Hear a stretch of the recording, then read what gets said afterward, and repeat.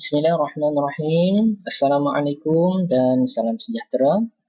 Kita bertemu semula sekali lagi dan pada video kali ini kita akan mempelajari bagaimana cara untuk melukis tapak bagi simbol yang kita telah lukis pada video yang sebelum ini, iaitu LM386.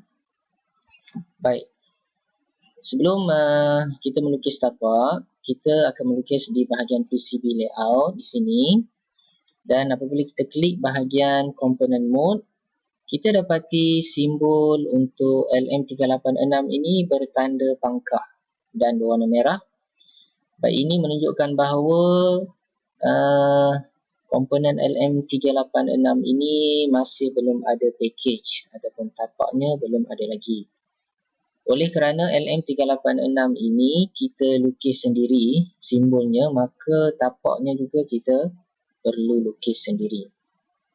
Jadi pada video kali ini kita akan mempelajari cara untuk melukis tapak untuk LM386. Dalam video ini, langkah-langkah ini juga boleh anda gunakan untuk melukis komponen-komponen ataupun modul-modul lain yang tidak terdapat dalam Proteus. Baik, kita teruskan. Baik, yang pertama sekali kita setting dulu view, pastikan view snap 50. Kemudian kita akan melukis tapak untuk LM386. Sebelum tu kita lihat dulu bentuk fizikal LM386. Okey, ini adalah bentuk fizikal LM386. Baik.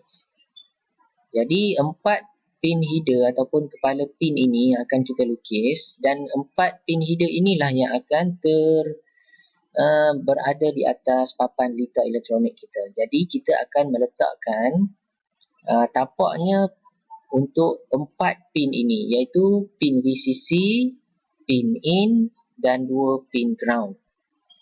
Harus diingat, apabila LM386 modul ini kita letak di atas papan lita kita, oleh kerana pin ini berada di atas, maka kita terpaksa terbalikkan LM386 ini ke atas board kita.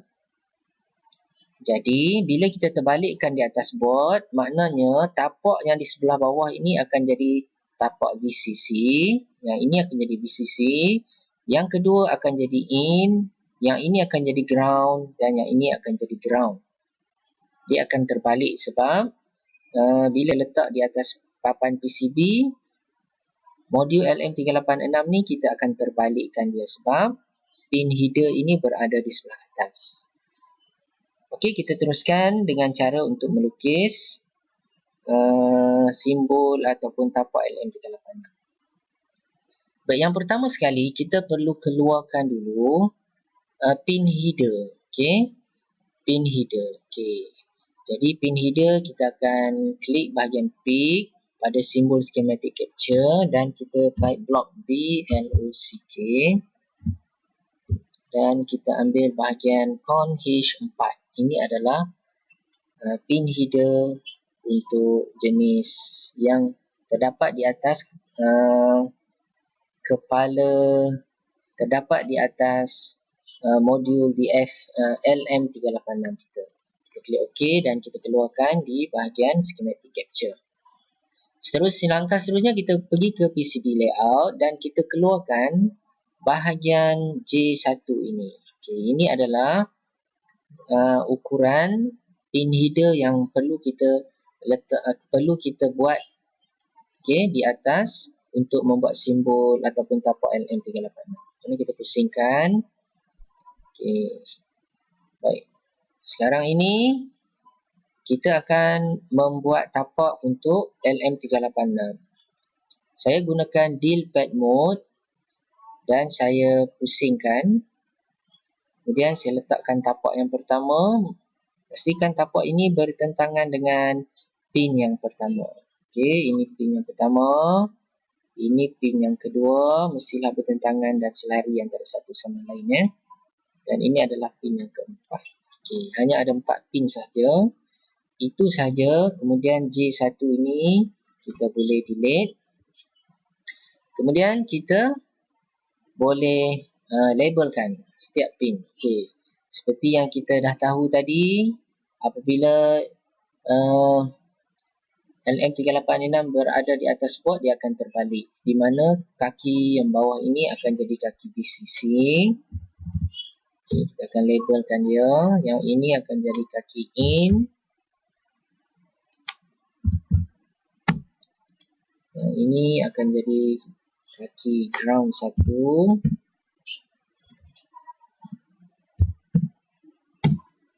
Dan yang ini akan jadi kaki ground 2.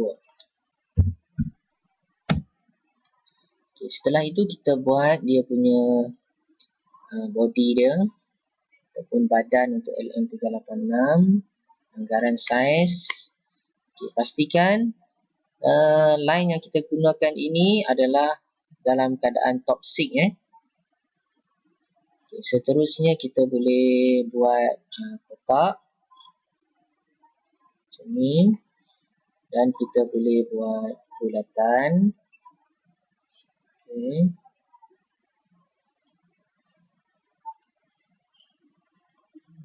Kita boleh bawakan bulatan ke bawah sikit macam ni. Okey. Kemudian kita boleh namakan ataupun kita boleh labelkan sini. Sini saya labelkan sebagai LM modul LM386.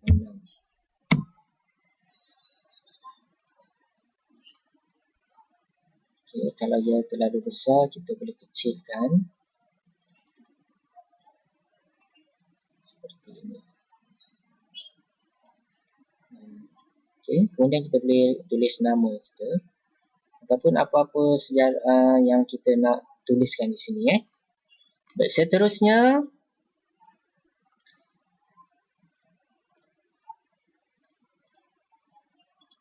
saya akan tuliskan nama saya kat sini.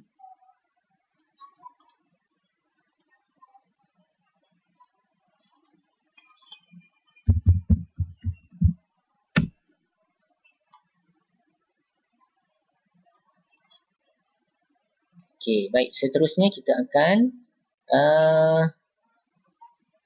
savekan dia sebagai satu komponen, satu device. So caranya kita select semua, right click dan kita packagekan dia, make package. Kemudian kita namakan dia sebagai, saya nak namakan modul LM386, package kategori. Ini terpulang, saya ambil connector. Yang ini kita perlu pilih sebagai true hole. Ini kita ambil sebagai audio. Itu saja, klik OK. Dan bila kita klik OK, kita akan dapati LM386 ini dah pun dah keluar di bahagian komponen package mode. Walau bagaimanapun, pada bahagian komponen mode, simbol LM386 masih lagi bertanda pangkah. Ini menunjukkan bahawa komponen ini belum lagi di-linkkan atau disambungkan dengan bahagian simbolnya. Langkah seterusnya kita akan membuat sambungan di bahagian simbol dan tapak. Okey, jadi kita pergi ke bahagian simbol yang kita telah lukis pada minggu lepas, pada video yang sebelum ini. Kita tekan kanan dan kita pergi ke bahagian packaging tools. Kemudian kita akan tambahkan dia dan kita type package yang kita baru siapkan tadi. Modul LM386.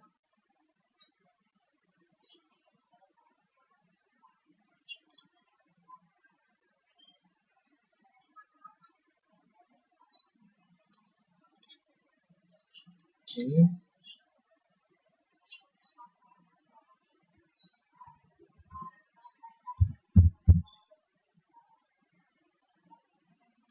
Okay, yang ini yang kita siapkan tadi.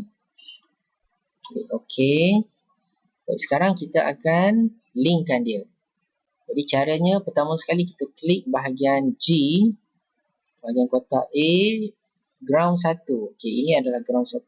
Kita klikkan bahagian ground 1. Okey, dia akan bergerak ke ground 2. Kita klik bahagian ground 2, bahagian in dan bahagian VCC. Pastikan ianya selari. Kemudian assign package, save package dan yes. Okey.